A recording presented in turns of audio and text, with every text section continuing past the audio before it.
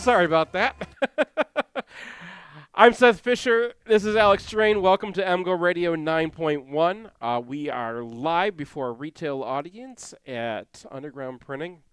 And Brian is not here, but Aiden Hutchinson is here. Aiden, you had a great game this week. I'm just amazed at how far back that tackle had to set up in order to block you every single. Yeah, the fifth play, I think, for the Chiefs offense, they used the running back to chip and then double-teamed Hutchinson. Right. So that says a lot about where he is in the NFL right now. So, yeah, I mean, well, we're not a Lions podcast. I know we both got our Honolulu Blue on today, but we'll have the Sklars in a minute. But we are here to talk about our sponsors. This is what it looks like on the MGO podcast every single time. I have to pull it up. So let's come over here and pull it up. So we are broadcasting here live before a retail audience at Underground Printing's downtown store in Main Street. Stop by and pick up some gear. Check them out at UGPMichiganApparel.com or check out our selection of shirts on the MGoBlogStore.com. Let's not forget our associate sponsors, Peak Wealth Management, Matt Demarest, Realtor and Lender, Human Element, Ann Arbor Elder Law, Michigan Law Grad, the Phil Klein Insurance Group, Venue by 4M, Signal Wire, where we usually record this, and Wineward Organics. So, we're actually here to talk about UNLV, Las Vegas. yeah, second meeting of the Harbaugh era. Right. I don't remember anything from the first one, so and I'm not sure this one will be more memorable either. What year was it? 2015. There we go. Okay. Yeah. That was the last game before the shutout streak, right? Yeah. Yeah. What was their score? Oh. So they're going to score in this one.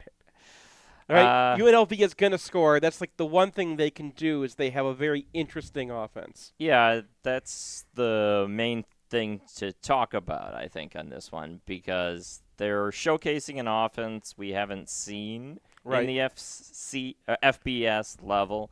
We've seen it at the FCS level. It's Brennan Marion, who was a high school coach, and then after that, worked his way up into the college ranks. He was with Howard when they pulled off the largest upset in, I believe, betting history, at least at the college level. They were 45-point underdogs to UNLV, ironically. And so as a result, the offense that he designed, called the Go-Go offense, kind of got its name started after that. And then from there, he's gone and been a wide receivers coach at a few places. But this is his first chance as an offensive coordinator at the FBS level to install the Go-Go offense. I mean, he went to Texas. Yeah. And they didn't install the Go-Go offense, but they were using some of his ideas. Because they had two really good running backs. Right. And they wanted to figure out how to use them at the same time, because the main thing about the Go-Go offense is it's two running back sets, particularly that they're on the same side of the quarterback. Right. Which we can't really draw this up on the on the radio or video for the people watching on YouTube. We do have a whiteboard behind us. Yes. But the idea is to unbalance the defense, because defenses like to have, the same number of guys on each side, and then you can just parcel them out. And okay, if he goes to that side, you got him. With all those with an extra player on the other side, it unbalances the defense. But not that much. It's not that weird for teams to put 4 threats on one side, or even to cover a receiver. In fact, that kind of takes away some of your options, because then you can't go downfield. And that's what they do. It kind of reminds me of Walt Bell a little bit. Yeah, it's an interesting offense. It kind of was derived in some ways from what Gus Malzahn did at Tulsa, which is where Brennan Marion was a player. And it's got a lot of different things in there. Ian Boyd, HTTV friend, wrote about this when Marion went to Texas, and he was basically saying this offense seems funky, but it's, a lot of stuff we've seen before. It's just kind of all melded together, but it's a lot of familiar concepts. So they were pretty run-heavy against Bryant. I guess, first of all, their first game was against Bryant. Okay. Bryant went 4-7 last Bryant season. is a football team. They're a football team. Not just a guy. No. Okay. They were 4 They always play like the teams that like just sound like we're playing Howard this week. Next week is we're going over to the Marshalls for brunch, and like. Yeah. Yeah. All right. So Bryant was a 4-7 FCS team last year. They're probably pretty bad. So that forces us to kind of temper what we can learn from the Bryant tape. But schematically, there's plenty to learn from that game. They were pretty run-heavy on first down. They have a lot of different variations on inside zone they like to run. It's an up-tempo offense, particularly after they get a first down. They love to run up, tempo you, and just try to run it down your throat to start. But where it really gets interesting is the way that they marry triple option stuff with passing. And so they do run the triple option on a few plays. They ran it 3 or 4 times against Bryant, so got to watch out for that. But the biggest thing is the way they overload the formation, and then they ramp up the misdirection.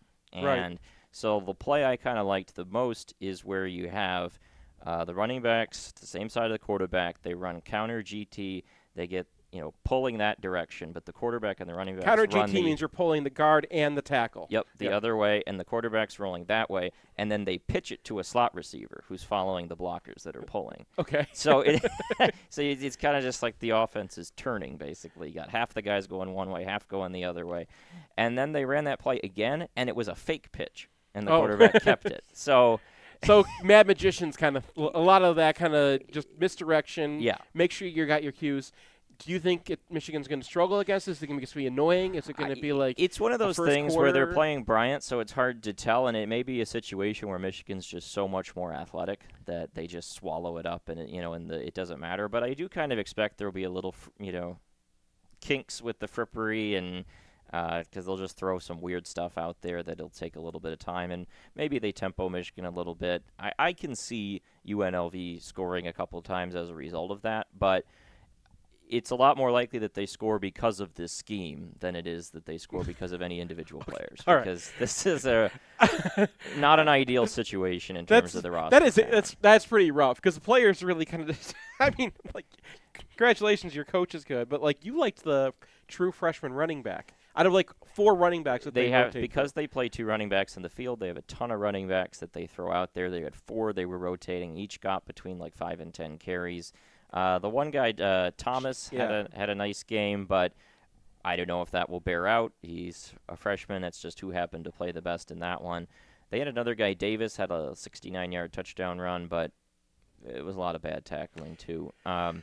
DeJesus, their little slot receiver guy, is kind of an interesting player, but he's better as a kick returner, where he was really, really good in that game. So that's something to keep in mind. Brumfield, the quarterback, is not a bad player, especially not for the Mountain West, but he has a lot of high highs and a lot of low lows. And so he's had games where he gets in rhythm, and Brian put this in the preview, but his PFF grades were really 2 opposite poles. Didn't have a lot of games in the middle last season. Mm-hmm. And this game against Brian, I thought, was not one of his best games. He wasn't very accurate down the field. He was mostly checking it down. So we'll see if he's better against Michigan. He's a big guy, 6'6", and he's a lefty, so that's kind of interesting. He does run plenty, and they run the quarterback slot. They do zone reads, too. So this will be a good test for just a mobile quarterback, at least, in Michigan's approach to it. But as a whole, I'm not sure how translatable this offense is, because it's such a unique offense in what they run compared to the rest of the teams on Michigan's schedule. And also, I expect the line of scrimmage to be a bloodbath in Michigan's favor. Yeah, you did not like the tackles. No, they're right. You didn't like Tiger Shanks. Tiger Shanks.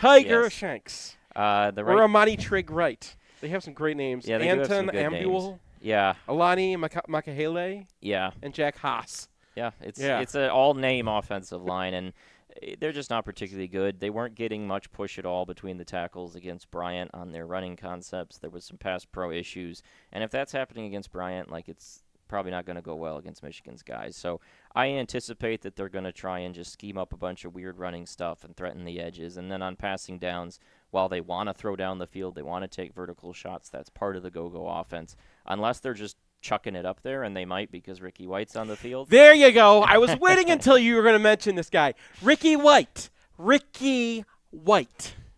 Ricky White.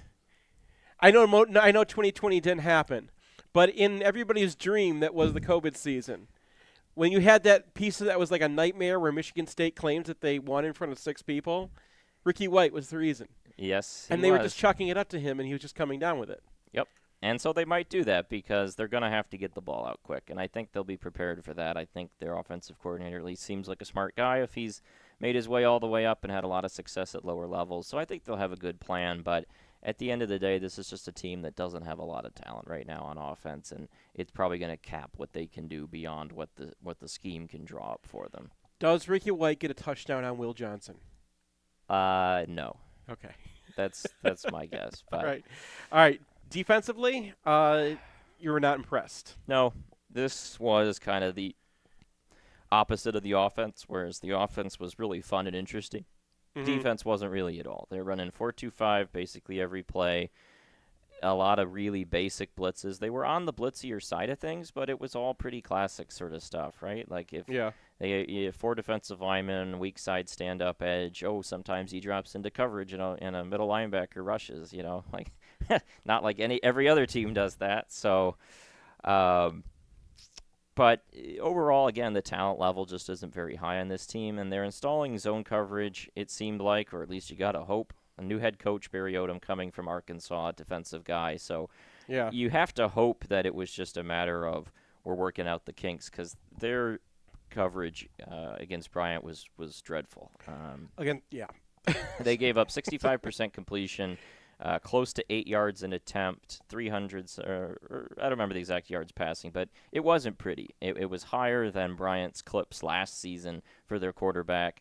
And they also weren't containing him at all. He rushed for 95 yards, sacks included, so including 2 20-plus yard scrambles where they pin their ears back, go get the quarterback, pocket just opens up, and he was gone. And that happened multiple times. But just too often they're playing this super soft zone. Linebackers are dropping into the parking lot. And in some cases, linebackers were dropping like beyond the line to gain on a third down. And it's sort of like, what's going on here? So I just don't see a lot of path for UNLV to be super competitive on defense. I mean, they may tee off in the run game as ECU did. They may blitz a ton, try to stack the box, all that sort of stuff. But if you couldn't really slow down the Bryant quarterback, I don't know what the path is to do much of anything against J.J. McCarthy. All right, and we do like Jonathan Baldwin, that one safety they have. Yeah, he was a little quiet in the game I charted, so I didn't make him the danger man because I just didn't have any clips. But, he was a good player for them last year. They have some talent in the secondary for a group of 5 school, so I don't know why the coverage was that bad other than doing something new. So we'll see if they're a little bit better and advanced at it this coming weekend, but it's probably a work in progress for them. All right. Anything else on these guys, or can I hit the let's go to the Sklars button? Again, I'll just shout out that DeJesus, the kick returner, ran 2 kickoffs back for huge gains. That's right. He averages something like 55 yards a return. I don't recall seeing with no touchdowns. Yes, I don't recall seeing a kickoff returner get tackled at the 2-yard line on the other 2. Right. Typically, if you get past the kicker, then you're just gone. But he ran out of gas and got tackled at the 2. But he had another good long return, too. And he had another one that was negated by a penalty, too. So really 3 of them. So he looks really small against Bryant. So I wonder if he's listed 5'7". He's not 5'7". No, he's probably he was 5'5" on his recruiting profile. I looked that up. 5'5", 155. Yeah, but crafty little player. I would say, Doman just put it in the stands. All right. We're going to take a break. We'll come back with the Sklars. Want the perfect game day outfit? Underground Printing has unique, great-fitting U of M apparel and officially licensed apparel from legendary Michigan names like Woodson, Howard, Ufer, and more. UGP also specializes in custom printed apparel and promotional items for groups, events, and businesses. Whether you need 1 shirt as a gift or 1,000 shirts for a charity walk, Underground can customize almost anything for groups large or small. To learn more, visit Underground Printing at one of our 3 convenient locations around Ann Arbor or online at undergroundshirts.com.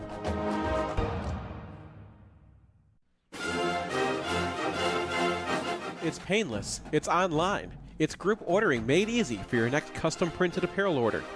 Pogo from Underground Printing will save you time and hassle. Whether you're selling shirts for a fundraiser, organizing a large event, trying to collect sizes and payments for a family reunion, or, ordering a whole bunch of shirts with your Kickstarter. Underground Printing is here to help. Save time and hassle every step of the way with their easy-to-use site. No more guessing what to order, chasing people down to pay, wasting time trying to sort out the order. They'll set it up, and you can just sit back and relax. They'll even take care of individual shipping. To learn more about Pogo, visit them at any of their convenient locations or at pogo.undergroundshirts.com. Hey, it's Nick Hopwood, Certified Financial Planner, founder and president at Peak Wealth Management. Check us out at peakwm.com/mgoblog. When you're watching the game, everyone knows what the score is. But you might be at halftime of your career. Do you know what the score is? Are you winning, or do you need to play catch-up? If you're behind in the second half of your career financially, we may need to run a hurry-up offense like John Navarre in the 2003 game at Minnesota, or run a three-quarter court press after a made free throw like Coach Howard likes to call. My team of CFPs at Peak Wealth Management are here to help you understand what the score is and what you need to do to win. Your spreadsheet doesn't tell you the score like we can.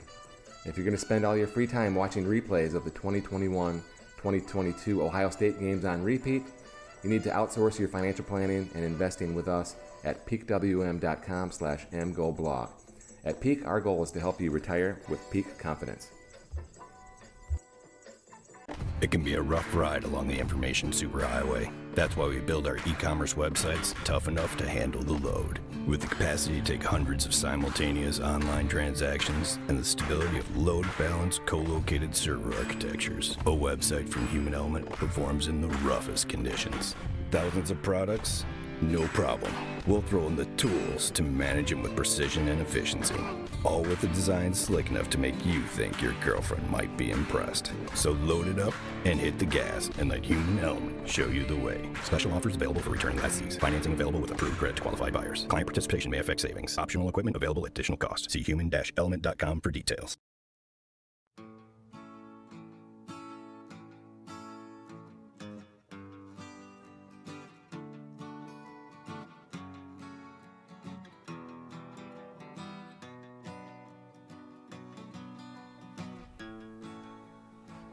Welcome back to MGoRadio 9.1. We've got the Sklar brothers here. We are here. We are here in the house. We are happy to be here on the auspicious. I saw one UNLV fan. Yeah. And he pointed to someone in a Lions jersey and said, anything's possible. I'm like, we don't get to claim that. That's not Don't your you win. dare claim the Lions' victory as anything is possible. Right. Don't you? You don't get to. That wasn't anything possible. That was the better team won. How great was it that, not to go all Lions, but Alex is wearing an all We went all Lions Lions. jersey. I got my Honolulu blue on too. Sure. Best part about it is Jared Goff's comments afterwards. He's like, we didn't have our best stuff today, but once in a while you steal one. We pulled one out, and that's what good teams do. What a flex! Yeah. Such a great flex. Baller. That was great. Is JJ McCarthy better than Goff? So part of me was like, I hope the Lions take J.J. McCarthy and just then give him a couple of years to under kind of Goff, marinate. and then Right. under Goff does sound kind of like Under Goff sounds like a movie. show on like the sequel to Burn Notice. Right, Under Right. Goff, which is, it's like a USA Blue Sky show about two ex-CIA agents who now deliver them. Who mail. work under a woman named like Sheila Goff. Sheila Goff. Right. They're under Hey, Goff. we're all just under Goff here. It messes with me because I had a buddy in college named Goff, and he was like the wild dude who had the ideas. Goff's got the idea. Goff's like, yeah. let's steal a gumball machine, and you're like, don't listen to Goff. Hey, come on, relax. But that was inspiring and awesome. So for like everyone in the Detroit area who they're in such a good mood today, it's unbelievable. Like The We don't know what vibes. to do. We're like, The we're, vibe- we're the used to like vibes. a good college team and a bad college team. Okay, so Thursday night game, which is just rare. So leading, And helpful. And And it helpful. starts the NFL season off. Thank you. Yes. Starts the NFL season off on the road. Yes, they didn't have their number one defensive lineman and all that stuff, but it puts us in the mood to then get to this game, which is coming tomorrow, which I think people here are in a good mood and they want to see people clean stuff up. We texted Mike Hart. We know Mike Hart through our friend, and I just was like, we texted him. I mean, Who he are might you, not have Stephen A. Smith? I was on a go-to meeting with Kobe Bryant. Well, I don't know if that's possible talking anymore. about it, Skip.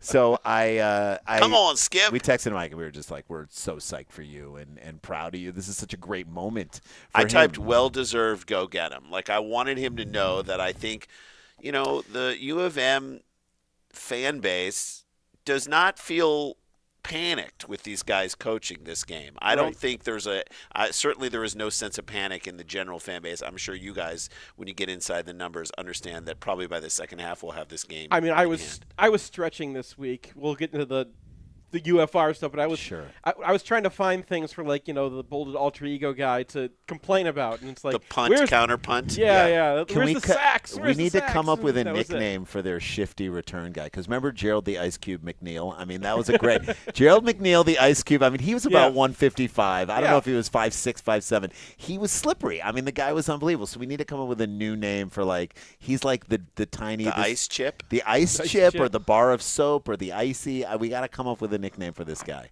The popsicle.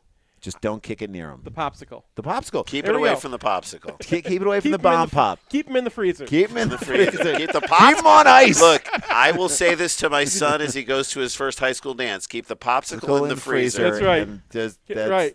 No drips. I remember that I know you guys mentioned it before, but I remember we were here for the last UNLV game. That's why we brought you in here. So because we sat down and we were like, okay, what do you remember from the last game? And I couldn't remember what I'll year tell you it what was. I Was remember. 16 was it 15 or 16? 15. All right. I'll tell you what I Alex is remember is that I thought we were going to destroy them, and they had a lot more athletes. They played us pretty tough. So I think we're up against good coaching. We know that. These guys aren't terrible coaches. Okay, yeah. So this time it's a different coach every year. Different coach. When you schedule UNLV for 4 years in a way, there's going to be a whole new staff. You could be 4 different coaches away. But the general sense is we can't cakewalk through this thing. But I think if we play strong and correct the mistakes from last week, I think Sharon Moore being there is going to change a lot. Certainly on the O-line. Do you think he gave it to him on Sunday of this week? No, because it was obvious and we'll get into the game too, but it was obvious what they were doing. They were just throwing everything they had to line. They're like, okay, JJ, if you want to throw against single coverage downfield, they were running cover 0 all over the place. And then they ran it again. It's beat us with an outside But to me, shot. the plays that beat that kind of defense are jet sweeps. Quick handoffs on motion across and pitches out to the outside. You're disagreeing with me, Alex? No, I think that's reasonable. So I just think when you've got you then change your line instead of saying we're going to clear a gap in the middle.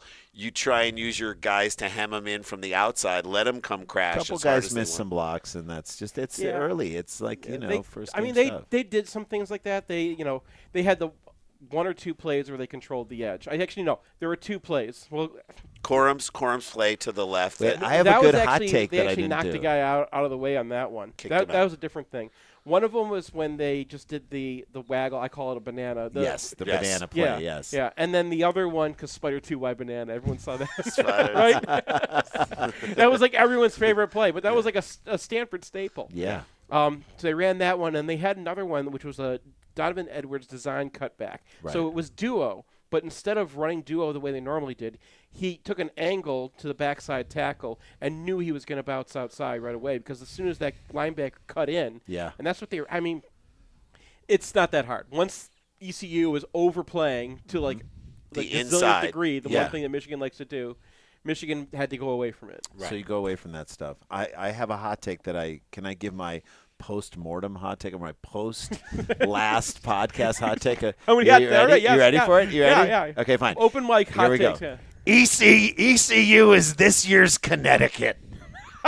So at the end of the year, we might be like, hey, they made a bowl. You know what I'm saying? So I don't think that's true because last year I had zero faith whatsoever in UConn. I was like, those guys are going to be terrible. And then when they made a bowl, how happy were you? But ECU, we were like, this is a well-coached program. Yes. They have they have a couple decent players out there. How about the guy who made that? I did not think they were going to be god-awful. And they're they have a program. They have a program. They have quarterbacks that can do some things. I like both of those quarterbacks. Yeah, I was surprised that they used both of them. Because, they had a 4-star quarterback coming up, and he's, a redshirt sophomore? Mm-hmm. Yeah, 3rd or 4th year. Yeah, so, that kind of guy should be ready to go. If you're ECU, you're not going to have better than a 4-star third-year player guy, who's been in your yeah. system. But the other guy they brought in had a nice arm. And he moved threw the some- ball. He ended up moving the team better, actually. He did, yeah. And they dropped or got a couple balls raked out that were like perfect. Like the one that he threw over Samerstill, there was nowhere else to put that ball. That one, and the one that Keon Sabb, that's the same one that Keon Sabb knocked out. Oh, there's another one that Sabb knocked out on the sideline. They had to replay it. I also don't think, and I know people have like loosely talked about it, but I think a lot more can be made out of Brandon Hillman's shot out of a missile. Thank you. I thought I saw that play, and I was I like, felt like I was the only one in I the was like, stadium going, who- look at him. who is this guy? I watched it on TV. I'm like, that was unbelievable. I'm like, who is this guy wearing Moten's number? I was like, what is? He's the guy that Notre Dame thought might come in and That's start. right. Of course, I know all the recruiting on this guy, but Yeah. but I'm like, But unfortunately, he was a quarterback last year, Right, in like some little town in Maryland. he was a cornerback. Quarterback. Corner and quarter. Quarter. Yeah, he was playing both. Wow. Can he? Is he that? He seemed so athletic and so fast. And I know you're on Jair Hill, which I am too. I think that guy's. Well, the funniest. yeah, He we're not seems small, Yeah, we're but- talking safety and cornerback, different positions. I anyway. agree, but Yeah. you don't think that guy could play corner? You don't think Brandon Hillman? What do you think, Alex? No. I don't know. I need to see more. So I need to see more. I'm with you. I want to see more. That's a guy I want to be. I just am like, put him out there and put him in garbage time. It's fine, but let him do the things that. Are you suggesting, Randy, that we let him cook? I'm saying you might want to like flambe him a little bit. Yeah. Maybe let him simmer. Let him sous chef and then let him cook. simmer. Put him on the. Now, keep in mind, he was on the field because Page only played a few downs, and then they're like, okay, we got these guys. Moore's out of there. Yeah, Moore was out, so Keon Sabb was starting. Quinten Johnson was out there, Who I thought did not do that great. but he's okay. You made a great observation when they connected on that slant. I'm like, why is he playing so far back? Is he that concerned that he's going to get beat deep? It just felt like I was like, there's no way anyone is going to miss that 8 or 9 yard slant route. So that slant play was, they ran an RPO, and Michigan was like pretty prepared for the RPOs, but they didn't think they were going to run it that far down. Like they're like, these guys aren't going to pass; they're going to run it. They're on their 3-yard line. Right. And so they ran an RPO, and Hausman was the one who charged down. So he's the guy who's supposed to be in the way of that one. Got it. And then they were just playing it safe. Like Quinten, like if you were expecting an RPO, one thing you can do is bring the linebacker down and then slam that safety down, and try to beat us over the top. But the one thing they weren't going to do was give up a big play. Let right? someone beat him over the top. Yeah. And this guy was throwing some dimes, so that's fine. I'm happy He was Quinten. Yeah, well, Quinten. He was boring. He was. Yeah, I mean, he was. He didn't do anything spectacular enough Yeah. to warrant you to say, I'd like to see him over Keon Sabb as we But move the into Keon season. Sabb and Zeke Berry of it all, and I will definitely the intrigue of a Brandon Hillman, Right. to me, gives me great hope when Rod Moore goes to the NFL and Makari Page leaves and goes to the NFL, and you say to yourself, can we have a fast and athletic and hard-hitting defense, especially in the back?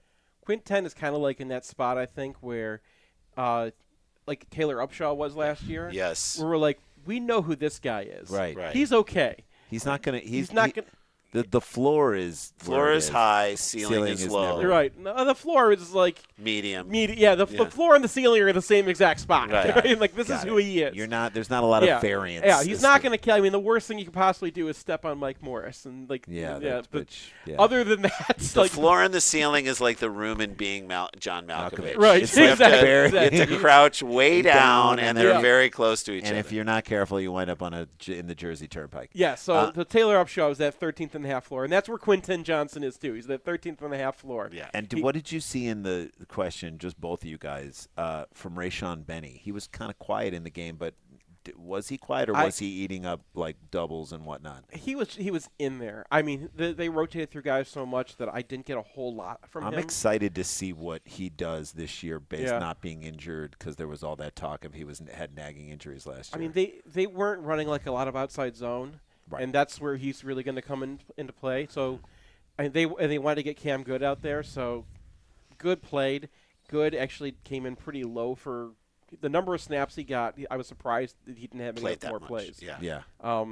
So I don't know. I think they were just using Good this game to like get him to play because the guy came back, right? Right. Like he transferred here. He thought he was going to get more playing time. He That's ends up right. the 5th defensive tackle last year. It's like having to talk to your great aunt at like Thanksgiving. You're like, she's here. You gotta sit down. So and you use the first, right? You gotta talk to her. Right. She you walk brought in. she brought one of those pies that's not like unsweetened and it's a fruit that you've never heard of before. You gotta talk to her. Yeah, so you go. Give her some time. Sit down. You give Aunt Shirley some time. That's right. and then you can kind of move on with the party, right? And like, Cam Good is the Aunt Shirley. Right, of and the your office. mom's like, did you talk to Aunt Shirley? Yes. Yes, Yeah, I did. You gave her. We got her time. She asked me 4 times if I'm going to law school. We all know I'm not doing We're that not anymore. doing it, Right. but I had to humor her and She's say that so maybe. far behind. Maybe. By the end of it, I was like, I might. Yeah. Yeah. Did you talk to Aunt Shirley? Because I spent some time with her. I didn't Yeah, see you spending much time with Aunt Shirley. Cam Good is the Aunt Shirley of the defense. It's a great idea. It's a great notion.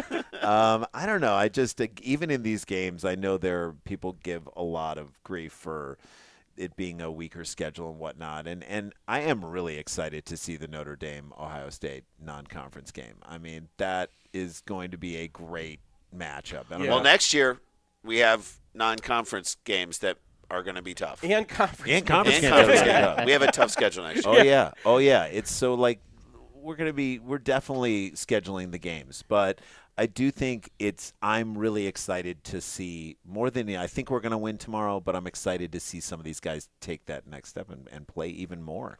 I kind of love this team. I know much. Alex here is always in favor of just like scheduling Towson and Marshall and Frank and and all the dudes. Pacific. They're like, they only have a basketball team. Schedule them anyway. Yeah. Yeshiva University. I think they're on the 26th schedule. The kindergarten class. I think that I meet Brian more in the middle on that than I get the credit for because I do I'm not opposed to putting Boston College on or some lower level. Like it doesn't have to. And I do think that having watched UNLV Bryant, definitely don't stoop to the FCS level because that's right. You get there and it's just like what's the point? But I've just been in favor of in this era of college football where if Michigan beats Ohio State and wins the Big Ten, they're in the playoff guaranteed. Yeah. That you just don't risk taking that L in the non-conference. That's right. Because it's a good take. Next year it changes. Next year it goes to 12. Right. When you go to 12, now you have the incentive to load up the schedule so that you can get top 4, get a bye, and potentially now the risk of that loss in the non-conference isn't as big of a deal, especially if you're playing a tough schedule. I mean, you don't know what the schedule is with Michigan, and teams always end up playing Michigan when they join the conference. Yeah. They are not going to lose that USC-Michigan game. When they go and figure out what the conference is the next marquee year. teams. You think we're not going to play Oregon and Washington like in the first couple of years? You absolutely will play this. Actually, the last team to join the Big Ten and not play Michigan was? Who? Ohio State. When? 1910. Well, because Michigan left the conference. They had to they're cancel like, the game with Michigan. we can't even handle them now. These rubes. These guys. They joined the Big Ten to get away from us. They're like, these guys are beating up on us. Jay and I were in Burbank Airport flying to Omaha where we did a show last night before coming out here. And we saw a guy. So many drops in this one. I saw a guy wearing an Ohio State zip-up, and he walked up to talk to the stewardess who was at the front. I'm like, here we go. This guy. I like what this son of a. There's no way this guy's gonna walk up and be like, "Ma'am, you're doing a great job." He's gonna have a problem, right? He's gonna start because something he's already mad about how his season started off. He's already projecting ahead to how difficult their time is going to be with Notre Dame, then Penn State, then Michigan. He's in a sour mood. His whole life is defined by his fall, and he's had a great fall for 17 years, and now he's going to have an actual fall. Yeah. Do you think he's afraid like so many people are watching that you go up to the counter to try to fix your ticket at the airport and the lady up front's me like, so Cal McCord, huh? Yeah, exactly. Wow, I don't want to McCord this situation and fall short of your expectations at all. I think if you put it in the context of Coach Prime, he had no expectations. Nobody expected them to do anything. So they could play as loose as he wanted them to be. And let's be clear. against a lesser TCU team. Yeah, Before we start crowning, Yeah. before we start crowning every Michigan Colorado. fan's just like, that wasn't the one. That's not us. You were playing. Okay, but like, And Georgia fans are like, no, that's exactly who they I were. know. it's Georgia's fine. like, we but know. okay, but they Georgia's had guys. Georgia's Dennis Green. They are Right. who we thought they were. Yeah. They have Want to guys. crown them? Crown their ass. They have guys who were contributing last year who are gone. Right. Major contributors to that team who are gone. And they put up 50 points on this Colorado team. So before we start crowning Colorado as like the next national champion, They're going to have a tough time with Nebraska, I think, at Nebraska. I mean, I don't really trust the The line of Nebraska that one is quarterback. crazy. What is it? Like, I think it's Nebraska +6 or +3 or I something. would have to look. It's been getting bet down again because like Colorado shot way up and now I think the thing with Colorado is that like getting Colorado to 6-6, which I think is very plausible based on that first Totally, game, sure. is a massive achievement. And then people are sort of taking like, oh, Deion's going to pull off a massive achievement in year one to mean like he's going to be 10-2 or something. Yeah, or right? 9-3 Like, or yeah, something right, like that. Right, where just alone getting to 6-6 So is maybe a massive deal. I love this, that what you're saying, Alex, that maybe the overblown reaction to the first game sets your expectation meter way higher than it should have been. Like had they lost to TCU and but close, gone in there and lost to TCU, people would be like, Deion might have something there. He might have something, but let's keep our expectations low. Now it's like this was a good thing for. Are we sure that TCU this year is better than Minnesota? I don't know. well, there's Minnesota no secondary is better. I'll tell you. I'll give you Minnesota that. secondary I don't know. and- Like it's Yeah. it's But I mean, like people get the Coach Prime has just been so in the news because like he just took the transfer portal for a humongous ride. That's and, right. much like Mel Tucker. Yeah, and he makes news. Harbaugh makes news too. He's a football player that everybody knows the name That's of, right. And now he is doing things that buck trends. So people are going to pay attention to him. That's right. And they're going to, they're going to make him a villain. They're going to make him like with the star. They start with the star, right? And then they'll try to make him a villain. So once he starts to lose, then I think you're going to see like the media stuff doesn't matter. No. The question Yeah. is, can you put a team together through the transfer portal like that? I don't think you can. I don't think you can make a cohesive defense Right. with guys who can play with each other. I don't think you can make a cohesive offensive line. And I think that he knew that, so he just had his son throw the ball 500 yards and then called Bryce Underwood and said, hey, guess what? Guess what? You can do this too. Right. And I would just be like, he's not going to be there when you're there. Yes. He's gone. not By the He's gonna- time you Yeah. come to school, He Yeah. will be coaching Florida State or Miami because Yeah. they've got the money, or somewhere down in Florida. Miami's So got- I was thinking about this today. Given the money they've already given Deion to pull off the recruiting at Colorado, Yeah. wouldn't you just stay there? I mean, The path to the 12-team playoff is going to be really easy in the Big 12 when Colorado joins I the Big know. 12. And Boulder's a great place to Boulder's live. a right by nice Denver. college town. We've been to Boulder's a And, nice and college he town. got, It's they're not. giving him the bag money to buy Cormani McLean, like a 5-star corner from Florida. If you've got the bag men, That's true. I mean, that's true. I don't know where they got the bagmen from because, like, Joel Klatt. Joel Klatt is a Yeah. former. Is he? But you remember that time in was it the Purdue game, the Big Ten championship game, right when Deion got hired and he was going crazy during the game? Yeah. Yeah. Deion, whatever you need, call me. Call me. Right. Yeah, that's. Don't be so overt about that stuff.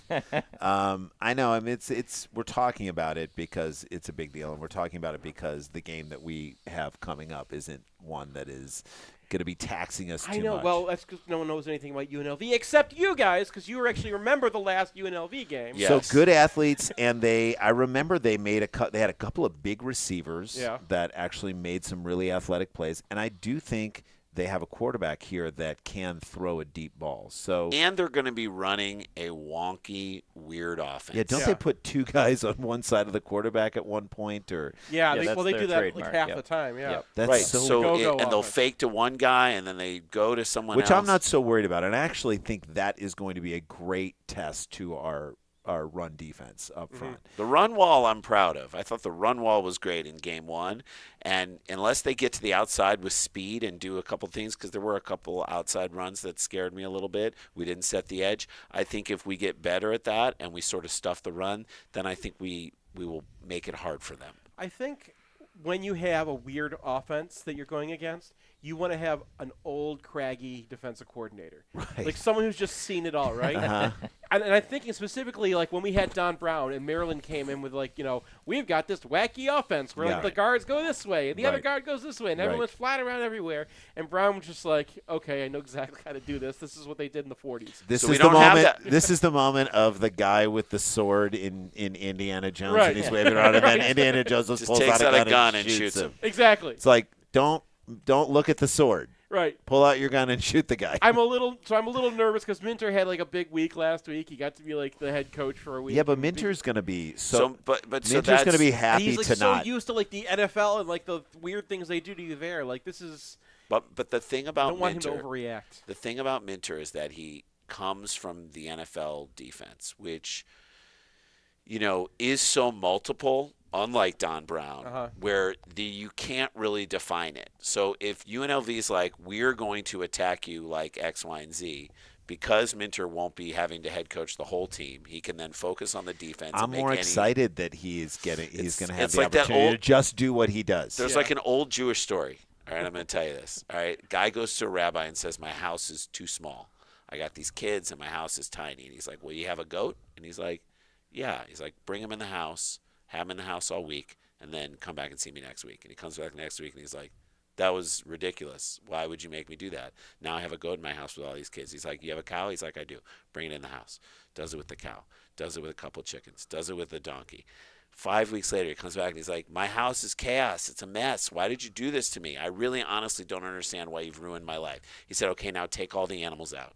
Takes all the animals out, and he's like, come back and see me in a week. He comes back in a week, and he said, I can't believe how quiet my house is with just my kids. Right? Jesse Minter just took the animals out of the house. He took the animals out of the house. He's back to just his kids. He's back to just his defense. He can focus on what's important. And what we have here is a situation where he'll be able to adjust on the fly, certainly at halftime if he needs to, if things are somehow getting through. I mean, these are little stress tests. Yeah. However they did it, they're stress tests on our defense. And, like, you stress the young kids in the secondary, they did well. We're going to get stressed in some way tomorrow by the weirdness of their offense. All right.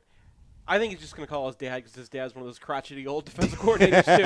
Also we need true. to get to a break. I'm going to hit the break button. If you guys want to do the next segment, you can. If Let's you don't, do it. We'll do it. We're in. Stick around. Hey, it's Nick Hopwood, founder and president of Peak Wealth Management, your MGO financial coach, and it is our goal to help you retire with peak confidence. Check us out at peakwm.com/MGoBlog. Bo says the team, the team, the team. Lately, my mantra has been the plan, the plan, the plan. Check out the Trust the Plan podcast. Search out my name, Nick Hopwood, on any platform and give us a follow. We haven't updated this ad in over 2 years because since the last versions went live, we only had one Big Ten loss, and honestly, I'm a little superstitious. But for this ad, I just want to give a shout out to all the loyal Wolverines and MGoBlog fans who've reached out to us from as far as France, Japan, Seattle, San Francisco, Dallas, Florida, New York, and of course all over the great state of Michigan. And you guessed it, we're pulling recruits out of Ohio as well, just like Harbaugh. Thank you very much. So no matter where life has taken you after your time in Ann Arbor, we're here to help you build a plan you can trust. If you're looking for a second opinion, visit us at peakwm.com/MGoBlog today.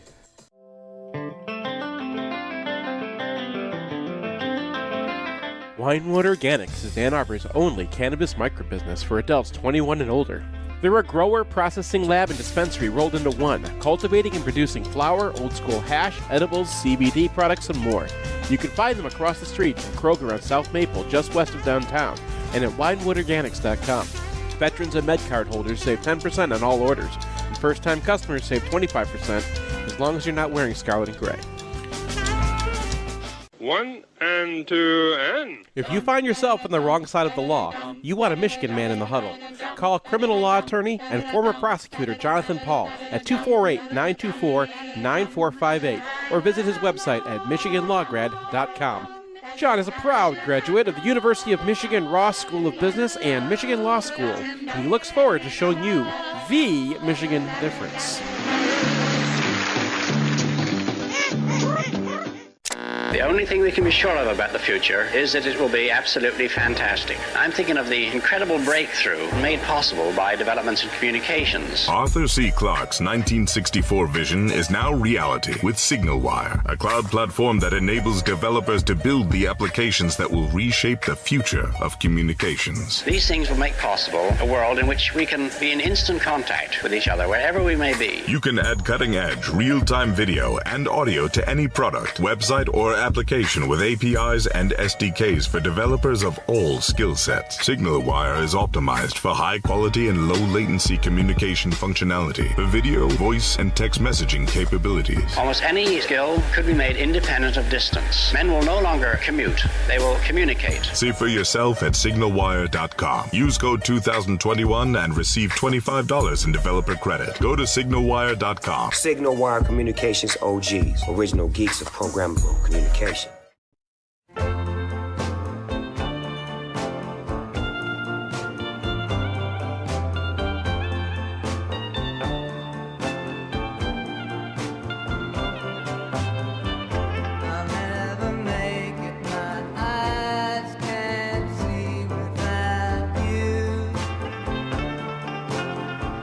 And welcome back to MGoRadio 9.1. I'm going to get myself in the screen. I can't get myself in the screen You're yet. in the shop. Hi, everybody. Hey, This is great radio. I'm just going to stay out of the screen, actually, and you guys can just not see me. We should mention the show. You guys are playing tonight. So we have one show tonight. We're about 30 tickets away from a sellout tonight. They usually have walk-ups, but if you want to, you can still call the box office at 734-996-9080. If you're the kind of person who wants to separate your comedy from your sports day, we understand that. Yeah, come see us tonight. Come tonight. But you only have one shot tonight. Tomorrow night you have two shots. Yeah, tomorrow there's a 7:15 and a 9:45 show. We might hold the start of that 7:15 show a little bit of time, but I think the game's going to be over by about 6:30. I think the game's going to be over by 5:30, but technically, yes. If you're the person who needs to see the final whistle blow, then you may be there at 6:30. Right. I mean, listen. What I would say is, if you're like, oh man, I don't want to fight this traffic to get out of here, come on over to the Comedy Club, Ann Arbor Comedy Showcase. Watch some comedy, laugh, hang out, relax, let us entertain you. Then go back to your car and drive safely home with zero traffic. Here's what I'm worried about. That Alex Orgy is going to come onto the field the second I'm ready to leave the game. And people are just going to be like, I got it. I got it. I hate missing an orgy. Yeah, I hate missing an orgy. I know how you hate missing an orgy. One orgy party in the end zone. And then I'll go see the Sklars. So if Alex Orgy has the ball, you can just stop and let everybody know. We'll hold the start time. We'll hold the start time if that's the case. Okay. But in case of orgy, hold start time. In case of orgy, break glass. When has that ever been said? Please, you can still go online at I think it's Ann Arbor Comedy, AA Comedy. Yeah, I think people know how to Google Ann Arbor Comedy Showcase. Yeah. Google it, get tickets. This is a great way to hang out. Brian will be there tomorrow night. Seth is going to be there. So maybe we can get Alex out too. Come on, Alex, let's go. Come on, we want that laugh. I want that laugh in the crowd. Should be really fun. These shows are always fun. Our buddy Jeff Tice, who actually we were talking about Coach Prime, he played basketball for Colorado for a year. Oh, and a really? Half. Great comic, really fun guy, super sweet. So how's he at basketball then? He's unreal. Good. he's really good, and he's So the guy who never plays a minute of basketball for the Colorado Buffaloes is the best guy you've ever played. It's the best guy in your rec league ever. No, I've had this happen before. Yeah. I went to go visit we went to the Rutgers game last year, and so I flew into New York and I went and stayed with my buddy out in Woodstock. And in Woodstock, New York, how many basketball players do you think you're going to run into?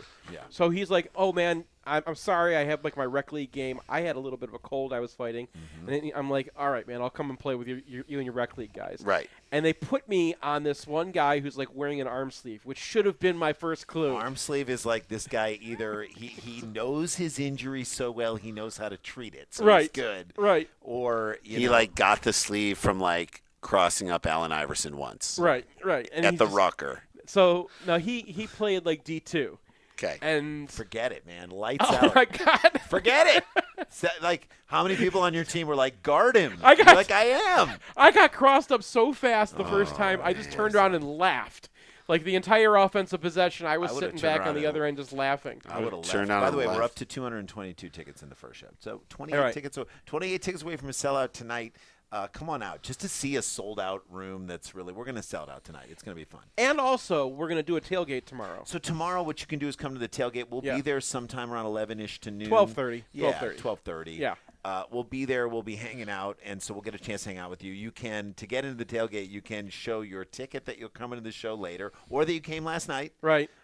Or you can just give a hot take. Or you give us a hot take. Give us a hot take. Really, we want you there because it'll be fun. We want to hang But out. this will be a chance for you to catch up with us. We'll talk the game. We'll maybe give you some impromptu hot takes in your face. We'll put some in the, This in the just back happens. pocket. We sit around and just start hot taking in each other's Oh, faces. well, we just mess around. We have so much I fun. told my daughter to come up with a hot take about the student section. She's got a hot take about the student section. Oh. She will be there. So she will have a hot take about the student section. All right. Are we going to get her on Sunday? Are we going to bring her in the podcast I would section? love her to. We got to figure that out.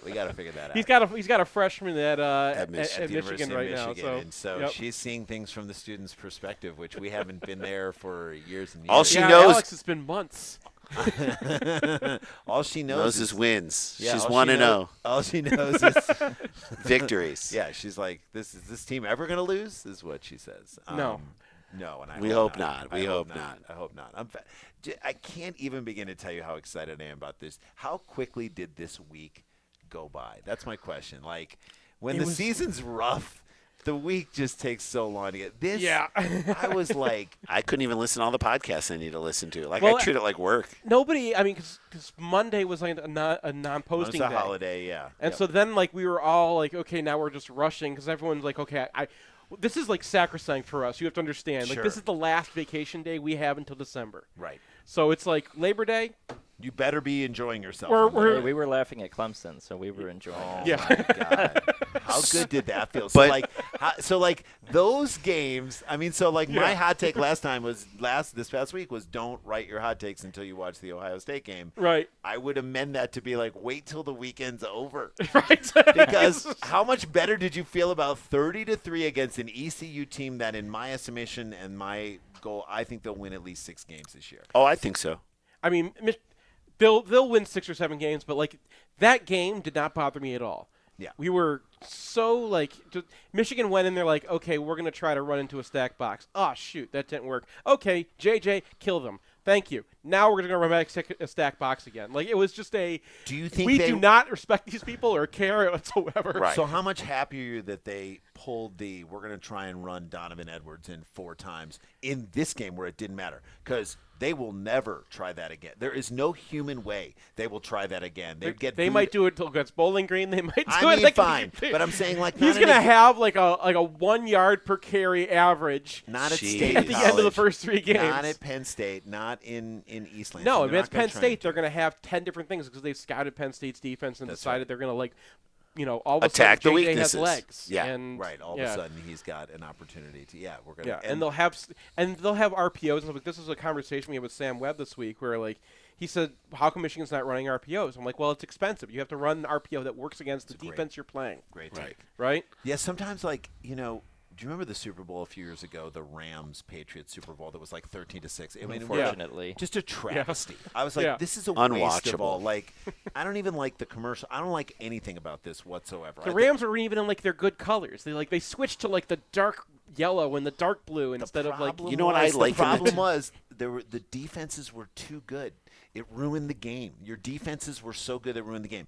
Give me a game that's like a high-flying 42-37. Like, again, Right. I mean, like last year's game was fantastic. I didn't remember dogging the race, but was a fantastic game. When Jalen Hurts came down and Scored rushed for the 2-point conversion, Mm-hmm. I was like, this is high drama. This is unbelievable. And I know Patrick Mahomes is going to come down and score it. So like, Which game makes last night's Detroit win all the more sweet. Right, Because it was set up for a classic Detroit. Mahomes. I think it was Mahomes versus Detroit. Mahomes was just doing everything for that. How team. is Mahomes so fast, and yet when he runs to the huddle, he looks like a baby with a full diaper? He kind of just runs in this weird way, like And his hands just full run. diaper behind him. He's in a head diaper. He's He's got like a thing over his. All right, Yeah. he conserves all of his energy so that, like, on one play, he can juke out a defensive. There's lineman. nobody. There's been only a few other quarterbacks. I was going to say nobody, and then like immediately I thought of a few of them.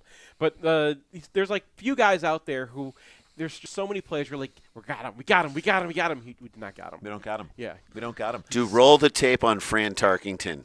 And then come back and talk to or me. go back and watch That's like back in Alex's day. I know, Alex. Vince Young against Michigan. You know Vince Young against Michigan, and then Vince Young against USC. It was basically the same game in the Rose Bowl. And 2 you're years like, in a row. I got him. I don't got him. You don't have him. I don't got him. Vince Young against Michigan.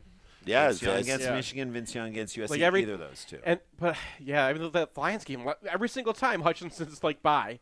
By And the you're way, like, okay, it's going to happen this time. We're actually going to bring him down. So this is why I'm so excited for this time of year. So we have this Michigan game that I think we're going to win. I believe in our team. I believe we want. There are things that we want to do as a team that we will execute, and I like this team a lot, and I think they're going to do it. Will they win 33-7 maybe, and that's going to frustrate some people? Will we win 37-10, and that's going to bother me? Maybe. I don't know. They're not trying to win 60-0. No, they're exactly. not. Yeah. But I feel pretty good about us winning this game tomorrow. I'm not going to guarantee anything because you just never know, but I feel pretty good about us winning this game. Then there are amazing other games tomorrow. The Texas-Alabama game is going to be a joy. Which you should not be watching. You should be at our comedy show, at Ann Arbor Comedy Showcase. Just record it and unless watch they it. go tonight. Yes. You can get your ticket tonight. Yeah, there's only 28 And then left. you can go to the tailgate tomorrow. Yes. And then you can go and watch the Texas game because you've already taken care of your I want comedy to see requirements. LSU lose. I want to see LSU lose again. I want to see Brian Kelly. I want to see Brian Kelly at a press conference be like, well, I sat down with my family, and we all talked about how bad we are. Family. We're not so good. I was bad. I was very surprised by how much I enjoyed watching LSU lose that game. It felt so good. I sat down. I'm like, okay, everyone's got to watch FSU, LSU. Here we go. And then, like, Keon Coleman makes a great thing. I'm like, yeah. Keon Coleman. And then, like, as his Unbelievable. players will not do what he wants, Brian Kelly is just getting more and more angry. And it's Red just like, face. Yeah. Like he's been drinking. I'm like, this is what we wanted when Brian Kelly went to the South. We were like, it. now the you South have will to deal. frustrate you. You have to deal with SEC players who will just go off and do their own thing. Right. They're not Sometimes gonna the listen. thing they do is just absolutely amazing. That's why SEC football is awesome. Right. And But Brian Kelly is not the man to be like handling that. to be excited. I mean, Yeah. how about Dabo Sweeney's shots fired at Brian Ferentz? Did you hear that? No. Oh. No. He's like, when I look up and I It's like, see it was bad. It was bad. Bad. The offense is like when your offense looks like a Brian Ferentz Ferentz offense. He literally said Oh! that. you know it's bad. You know it's bad. Something to the effect of that. I was like, shots fired. That's unbelievable. Oh man, Oof. what bowl could they meet in? Oh my God. Look. That, Clemson. All I'm going Bowl? to say is we have an ACC bowl. Is it the the pinstripe? the pinstripe bowl or the kid. dude, Iowa's 1-0 and you're Iowa's 1-0 and you're What's 0-1. So you better shut up, bro. Iowa is 1-0 and you're 0-1. And I think that Cabe McNamara is better than Cabe Klubnik. Yeah. I mean, he's definitely Klubnik sounds like your mom saying the Klubniks are coming over tonight. Put on your nice slacks. Yeah. The Klubniks are coming. I hate them. They've got the kid who doesn't talk. Oh. Klubniks. And smells like rye bread. Why do I have to talk to the that guy? Klubniks. Yeah, I think UNLV played them last week. But the truth of the matter is, that is a good point. Like, Dabo Sweeney, you're as good as your quarterback. And so I think, again, People wanted to crown him as the greatest coach since sliced bread. you had two great quarterbacks. You had two generational quarterbacks back to back, which tricked the world into thinking you had a great team. Not to say you didn't have a great rest of the team, but I'm saying Michigan has had great teams without the quarterback. I mean, yes, but Clemson. I respect how Dabo built his teams. He had a thing. When you have a college football program, you have to have a thing, right? Like Ohio State's thing is we're just pros. We're coming in here, we're professionals. Football factory, you're Football factory, and we'll have better receivers than you've ever seen. Right. Alabama is just like, hey, we're going to get all the best players, and we're all going to play together. And Georgia's like, we're going to get all the best players, and they're better played than your And half of them will get tickets Right. while driving. Right. But everyone's got like a thing that makes their program their program. And Clemson had a thing. It was a weird one. They were like super religious and stuff. Right. But like it worked for them, right? They knew a certain type of player they could go after, a certain type of uncle that like would work with them, right? Yes. And it worked. They they could identify the kinds of players they wanted that they could get, and it worked for them for a long time. He needed to have someone helping him on defense, I think, and that guy is gone. That guy's gone. You're right about the God thing. You're so right about the God thing. Remember when he said in the press conference, Davos Sweeney was like, "We were doing NIL from the beginning. Right. Name and image of the Lord." I'm like, that's NIOTL. You dummy. You dumb fool. You dumb idiot. No, but like the thing is, I'm going to ask you this point blank, Seth and Alex. You can chime in as well.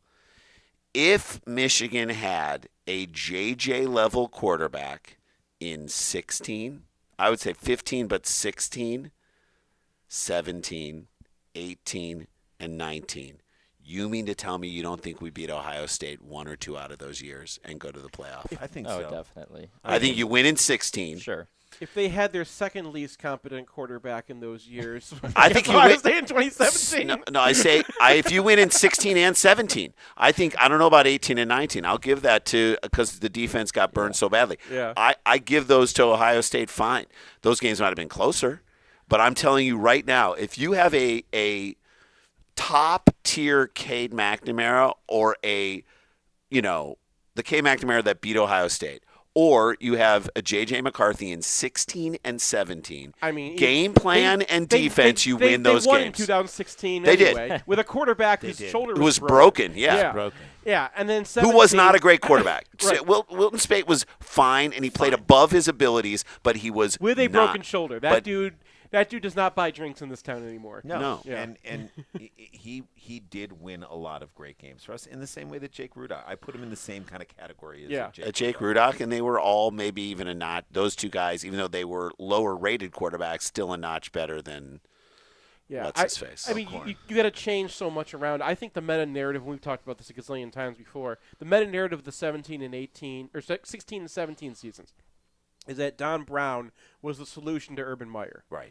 I'm just going to put guys in the box. I'm going to man you up, and I'm going to force you to throw. Right. And if you want J.T. Barrett to throw the ball downfield, then, Lord help you. Yeah. Right? Good luck. Because he doesn't want it because he didn't want to do that. Right. So he took away what Ohio State was good at. They just matched the numbers in the box. And Urban Meyer was just a numbers guy. Urban was like, we're going to have more numbers at the point of attack than you do, and I'm going to scheme that all the way. And that's what he did. Yeah. And as soon as Michigan solved that, that's why Ohio State could not score that. They kept on getting booted off the field in 16 and 17. Yes. And that's why Michigan had the opportunity to win those games and be in those games, even the one there. Yeah. And then, 18 and 19, they went to a pro style. They went to crossing routes. Yeah. Well, they had it ready in 17 too. Remember when J.T. Barrett left the field? That's right. Immediately came on, and you're like, wait a minute, they had it in the wings because they had already gotten Kevin Wilson by then. They just weren't fully installing it yet. Yeah. And then the 21 and 22 was figuring out how to match that and beat that to beat the pro style offense. You get a pro style defense, and we shut that down, and they didn't know where to go, and they still don't know where to go because they're running like under center right now, and I know it's week 1. So if they had CJ, if they had CJ, but so I feel like if you want to say this is like an 80s soul switching movie, I'm not saying we're going to beat Ohio State. I hate when people say that after 1 week and we don't know who they're going to become. But I do think in some weird universal way, we now have a quarterback that we can lean on, that we believe we can put on a game on his shoulders. Certainly high pressure. People say these games. first games don't mean anything. I disagree. For JJ to be able to make those moves in the pocket and like take 3 steps backwards in the pocket and feel where he is and then throw a dart all the way across to the opposite hash, I'm like, that's going to come in handy. Yeah. Well, that was a thing that I talked about this week. Devin Gardner talked about the same thing this week. Yes, and he was amazing. Because they knew that Loveland's the guy we wanted to go to on third down. Yep. So what do? We check Loveland into pass protection, and now everything's simpler because that defensive end who was going to be on man on one side, and then the safety who was on top of him, that safety, instead of having to read him, he's just going to go and take Roman Wilson away. And then it's just an easy read. Then you have a one-on-one with Cornelius Johnson, and you're going to win that one. You're going to win You are. Yeah. And those dudes showed up. Let's give them their props. I mean, both of those guys showed up in such a great way, which is also exciting. Yeah. That's why I love this team, man. I'm so excited. It's a good time. I think they're the best team in the country. It's hard to predict the championship, but I think they're in the best. They're in the mix. They're certainly there. Certainly in the top 4. I think they're right now. And I think I wouldn't be surprised if they ran the table. I wouldn't. Not with these guys. Is there a new entry? Is there someone other than Alabama, Georgia that you're worried about now? I mean, I will say Notre Dame scares me a little bit, and I think Florida State looked better than I thought they were going to look. I'm not ready to crown them and say they're in the mix for the playoff, but and again, I hesitate to cast away Ohio State because they could figure a lot of things out along the way. I think they do have some big-time problems that we can exploit, but I think we still have to keep them in the conversation. But I, like you, feel like this team is definitely on the dartboard, and I wouldn't be surprised if they hit the bullseye. Amazing. Yep. All right. Come to the show tonight. One more time. Come to the show tonight. It's the Ann Arbor Comedy Showcase. There's still, 25, 28 tickets left just for tonight. Probably show up. Time of the show, there might be 5 left or something like that. Show up and come tonight. It's a 7:15 show. Tomorrow night, 7:15 and 9:45. Come if you're hey, we're going to watch the game, then go grab something to eat. Come to the 9:45 show. It's just a blast, and you know how much we love being here, and we love the MGoBlog fans are the best. I feel like I got recognized so much today, and people saying in Michigan Gear saying I love your stuff, and sometimes you can just tell by who the person is. If they're all gothed out, you're oh, you saw What We Do in the Shadows, right? Or if it's you know what I mean? You can tell if it's a drunk bachelorette party, you're oh, Chelsea lately, okay, good.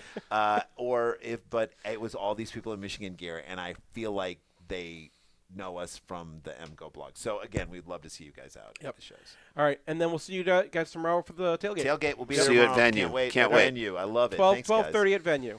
Done. There. Yep. All right. We're going to take a break. Hey, fellow Michigan fans, this is Matt Demarest, Realtor and Lender. For a decade now, you've heard me on the podcast talk about mortgages, and I've helped hundreds of fellow Michigan fans in that capacity, including Brian and Seth. But many of you don't know I'm a real estate broker as well. I promise to make buying, selling, or financing homes simple and cost-effective anywhere in the state of Michigan. Whether you're upsizing, downsizing, buying a vacation home, or building a real estate investment portfolio, send me a text or give me a call. It's never too early to make a plan, and the call is always free. My number is 734-882-8194. Again, 734-882-8194. Or you can find me online at realtorandlender.com. That's realtorandlender.com. Whether you want to buy, sell, or finance a home, or even all three, I promise to provide the experience so many of you have come to expect over the years. And as always, thank you, and go blue. NMLS 1011726, Equal Housing Lender.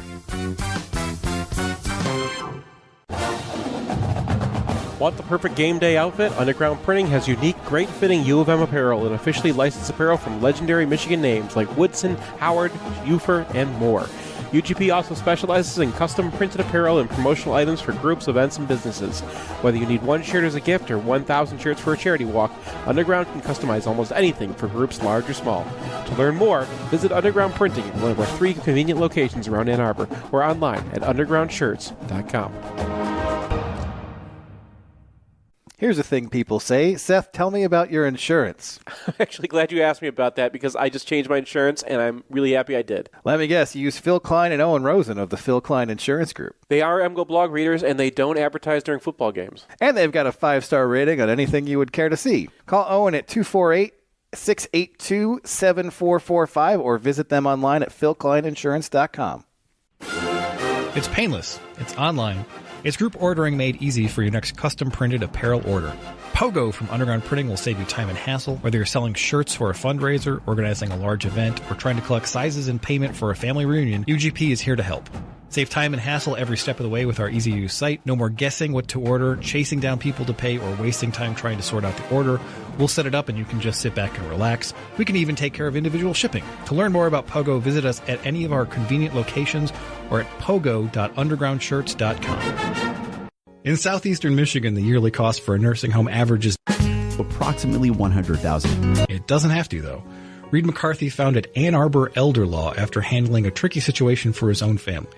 Years of experience later, his boutique firm works with clients across southeast Michigan, dealing with Medicaid planning, long-term care, and tax, disability, and family law, not to mention family dynamics. If you have a family member who may need that level of care, or if you're ready to start your own estate plan, Reed can give you a plan for the future. Visit AnnArborElderLaw.com or call 734-945-9693. That's 734-945-9693.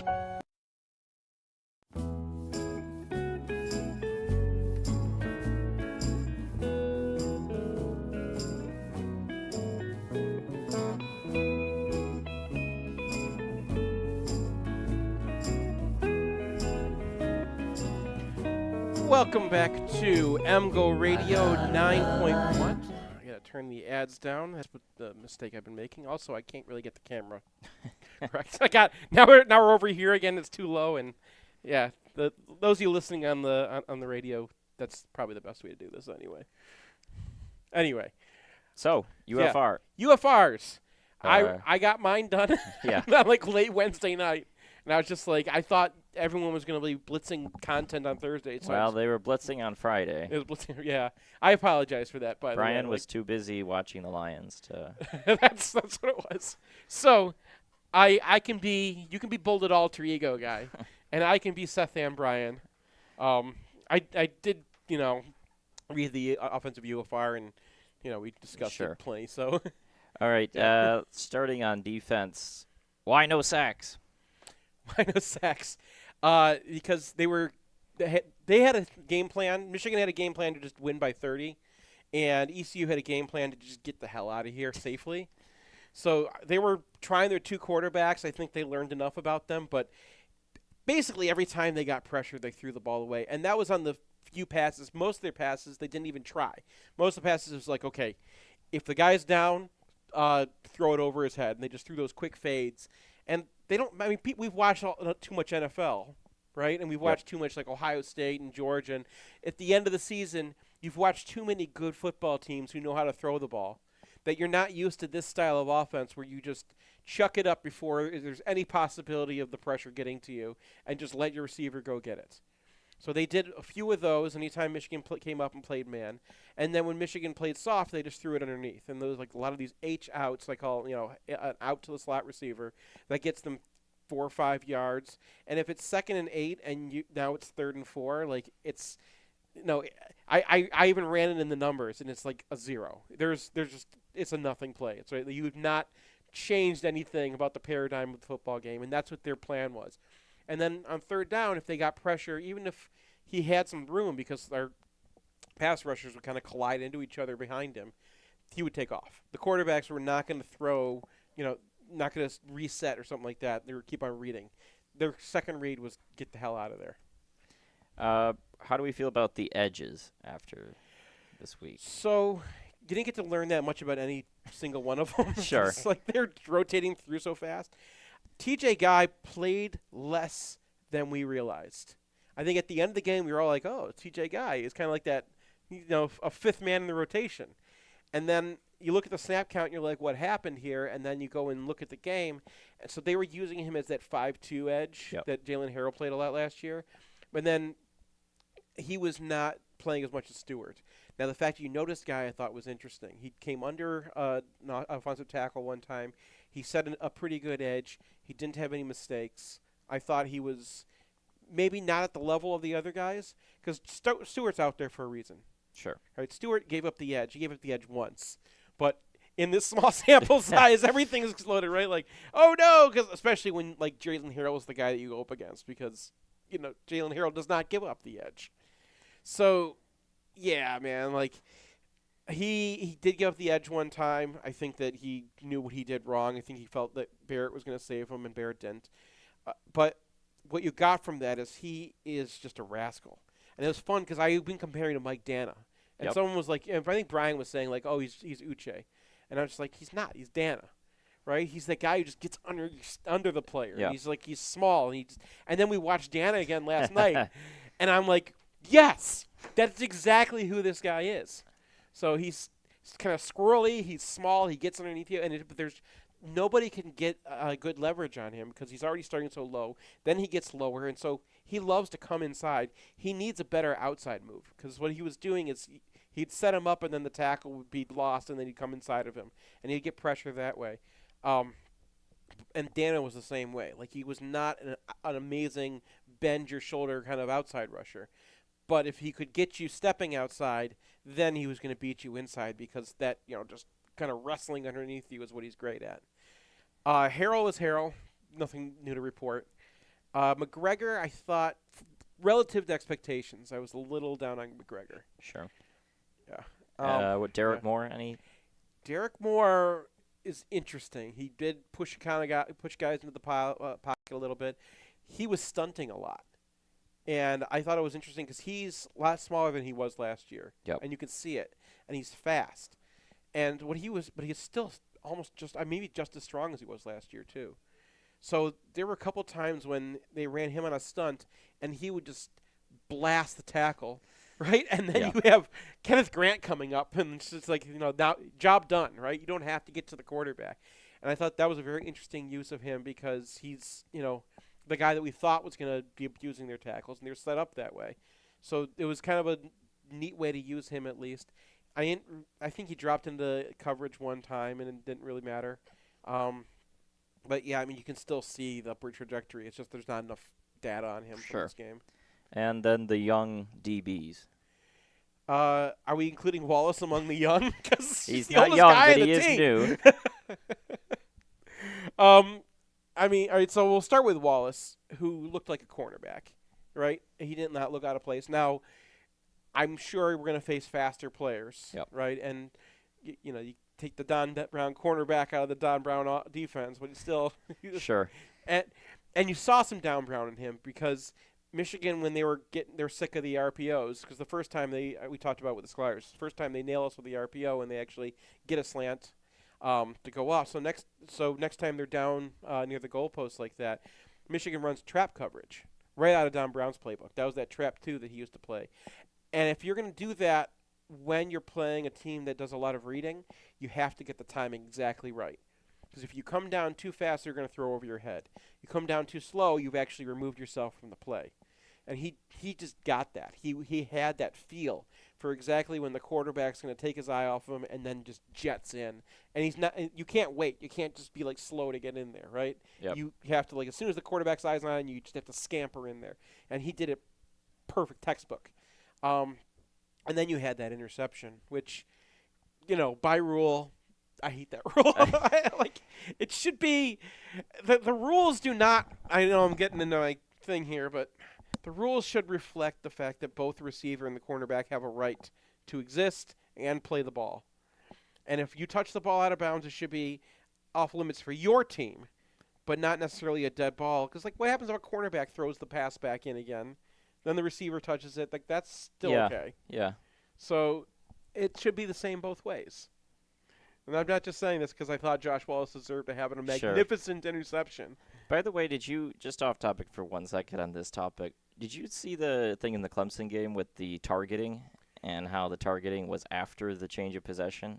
No. That whole controversy? No. It was a 4th down play, and the Clemson quarterback was trying to scramble for it, and he slid before he got to the first down. So he's short, turnover on downs. But after he slid, he got just cranked. Right. And so it's you a should targeting. Never slide. It's a targeting. Yeah. But they enforced the targeting after the change of possession. Right. So Duke gets the ball and then gets 15 put yards. 15 yards back, and everyone. That makes sense. Why would it not make sense? Well, why is it a dead ball foul when it's a hit during the play? Well, first of all, if he already given himself up, the play ends when he gives himself up. So it's a dead ball foul because it happened after he gave himself up, therefore play over. Also, what is it? How are you gonna assess it? You're gonna assess it against Clemson and then count the yards off? Should be. If there's an opportunity to give the full penalty, you should give the full penalty. There should be no way of getting out of a penalty because of where you are in the field, unless there's no other way to do that, right? Sure, I can see some of that argument. Back to the Keyshawn Harris. Any thoughts on him? Or he looked okay. I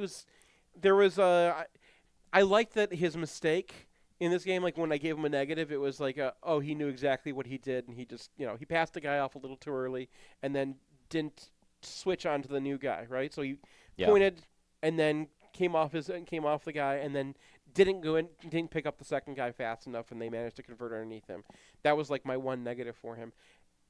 And he switched. And I know that that was a thing last year, but yeah, I brought that up with Sam, and Sam was like, well, Mikey Samerstill was a converted wide receiver. That was on him last year. Not Will Johnson had it picked up. I was blaming Will because I was the true freshman, not the fifth-year senior or fourth-year senior back then.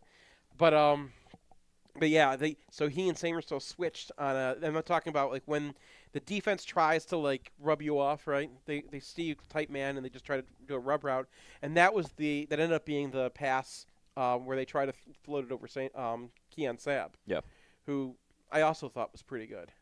He was one I actually got a little bit of information on. Probably not going to start the rest of this year because Rob Moore's coming back, but he's big, right? Yep. So when he's running with that receiver, he's right in his chest. He's not interfering with him, and he doesn't turn around. And if he did, he might have had an interception. But he's fast. He couldn't lose him. He couldn't shake him at all.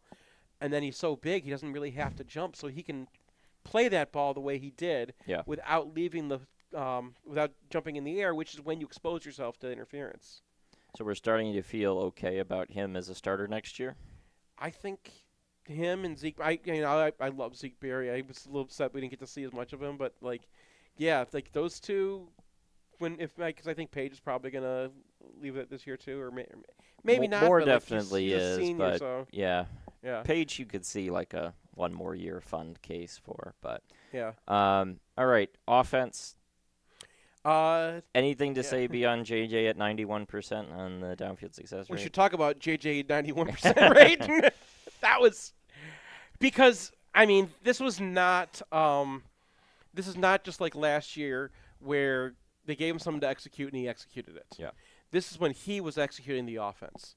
So we talked about Colston Loveland and how he saw how the defense was playing them and set up what he wanted to throw. Yep.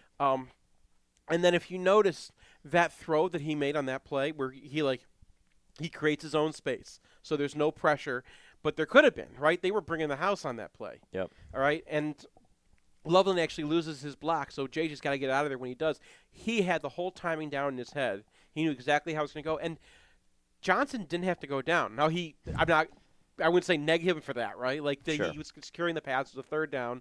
And the game was still kind of in doubt at that point. But JJ threw that thing on the money, walking backwards. That was an NFL throw. Yeah. And then the way he was moving guys with his eyes. This is something you saw him do a little bit last year, and then it kind of went away. I think that he was, Corum's sidekick last year is the way Brian put it, right? Sure.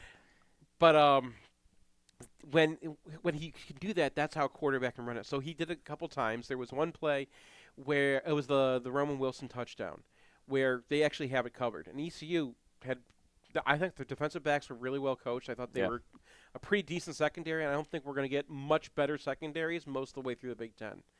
Okay? And so they had this covered pretty well. And he just gives this little shake. It's like a look, and he moves his shoulder, right? And the cornerback has to bail down, even though it's a third long. So you have to make a play.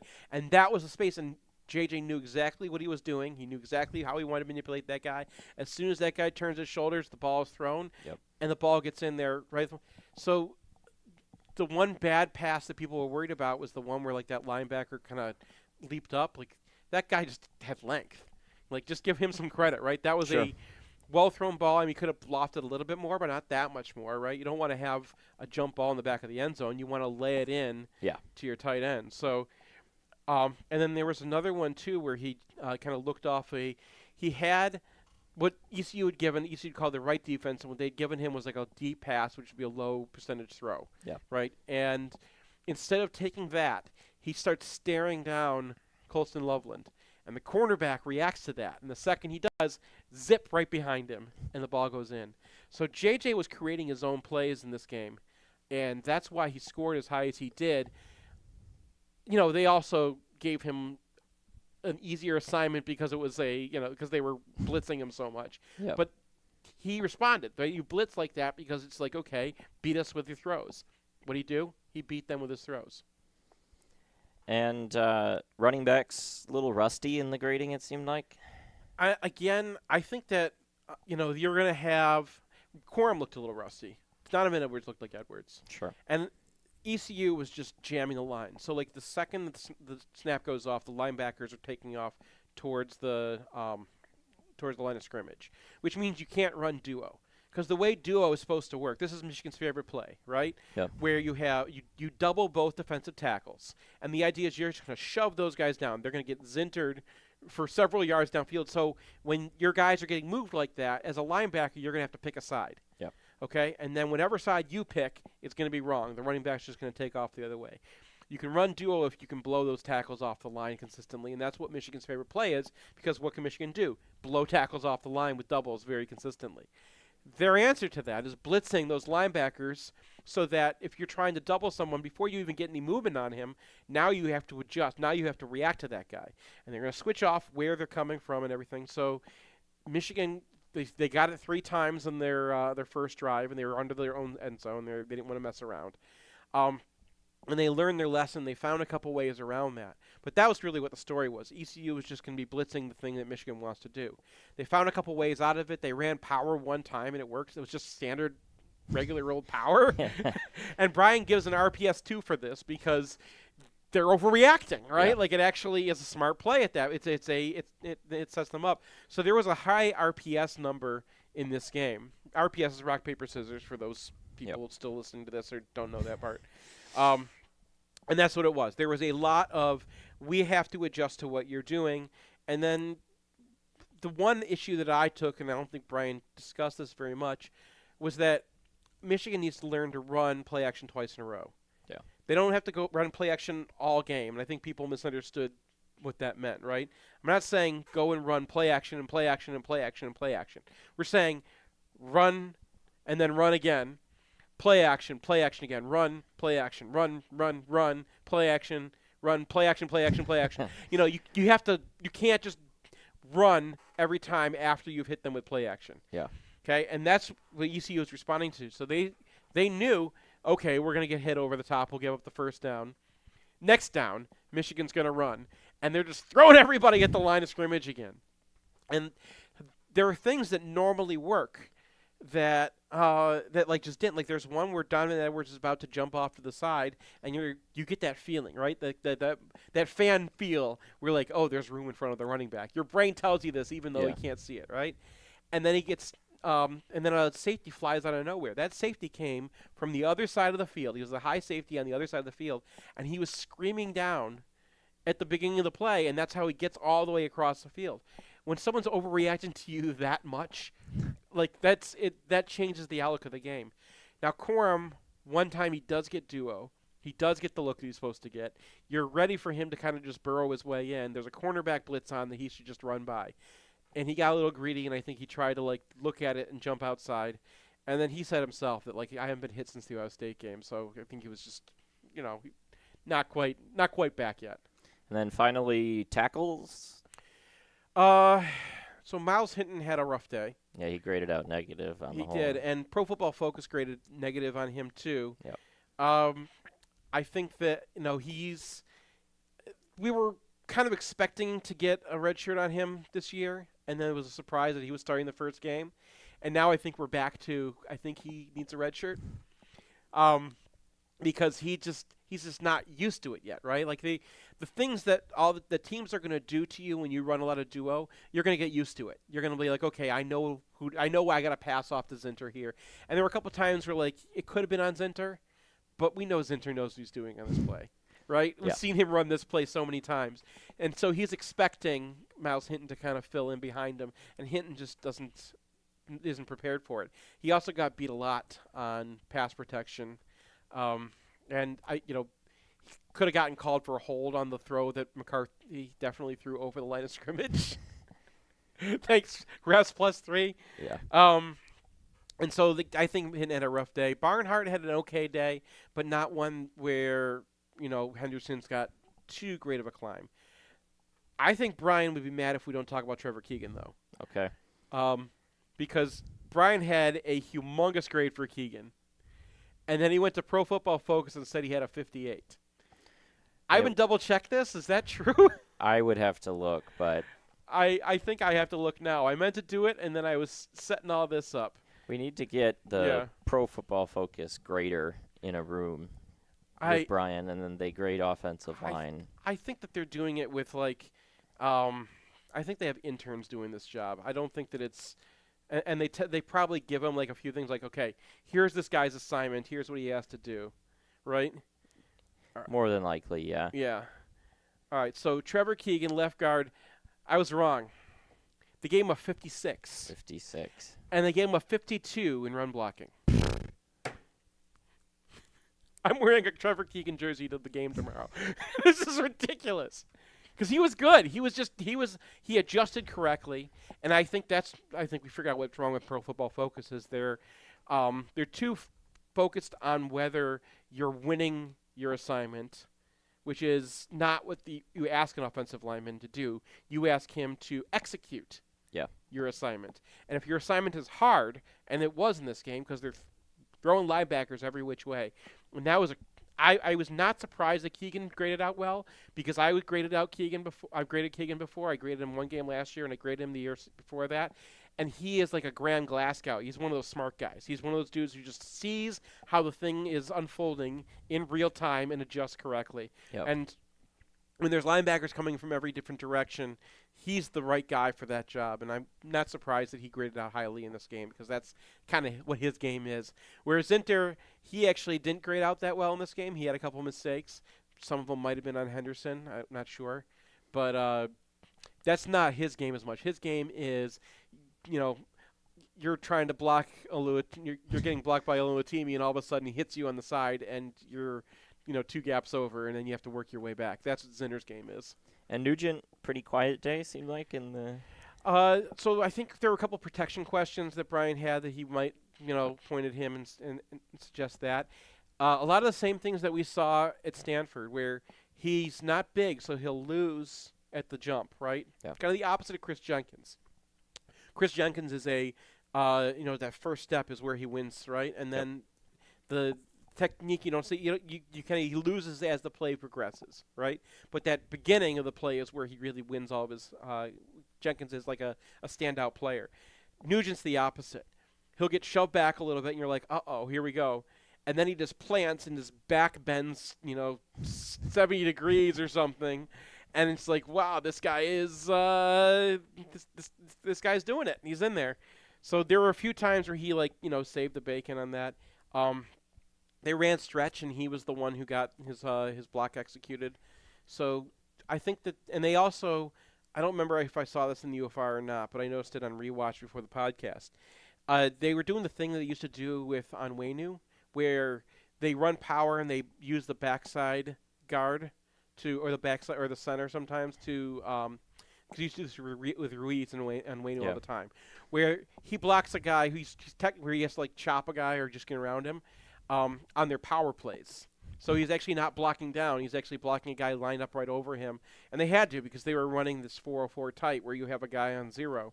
So that defensive tackle a lot of times was lining up right on top of him or even in an advantage position. And Nugent was actually getting across him long enough, at least, to prevent him from getting into the play. So, yeah, I mean, I think we talked about the receivers. Blocking receivers. Brian's not here. I'm guessing the reason he's not here is because I told him, and you were there, told him when we were doing the podcast that receiver blocking matters. Because he is like, well, they're not going to miss Ronnie Bell. And what did I say, Brian? Brian, who's not listening, is not here right now. I said they're going to miss Ronnie Bell for his blocking, and that's what they did. They missed the receivers blocking. So Cornelius Johnson misses one. That was pretty much a howler. Roman Wilson had a couple where it wasn't really his fault because the setup. We're not huge fans of when Michigan covers a receiver because part of their offense is about having those threats. So it's like you're turning Roman Wilson into an offensive lineman. It's not the best thing to do because then you're just telling that guy that you can treat him like an offensive lineman, and that's what happens. And that's not Roman Wilson's game. It's never going to be. But when you miss a block like that, because there were a couple times where Michigan got 3 or 4 yards, and if the receiver had made the block, they're running 30 to 70 yards.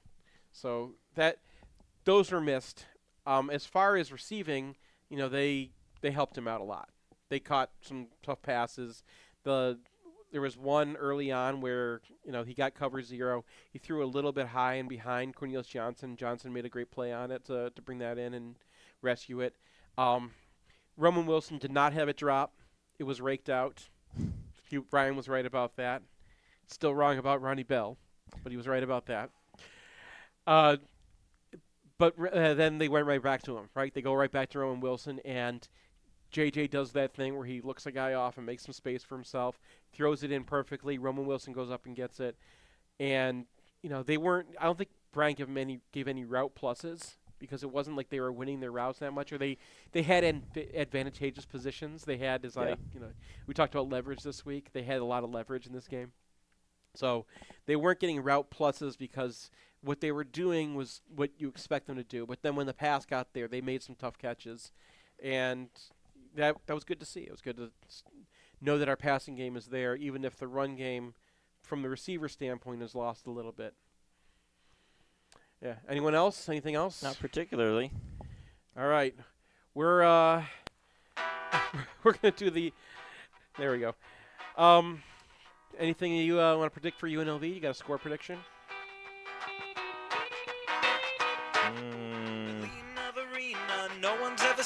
Go with 45. You're not going to do my thing, are you? 10. Okay. No. All right, no. I don't even have to give it. It's 45-23. I like their offense. But, thank everybody. Thanks for talking. Thank the Sklars for being out here today.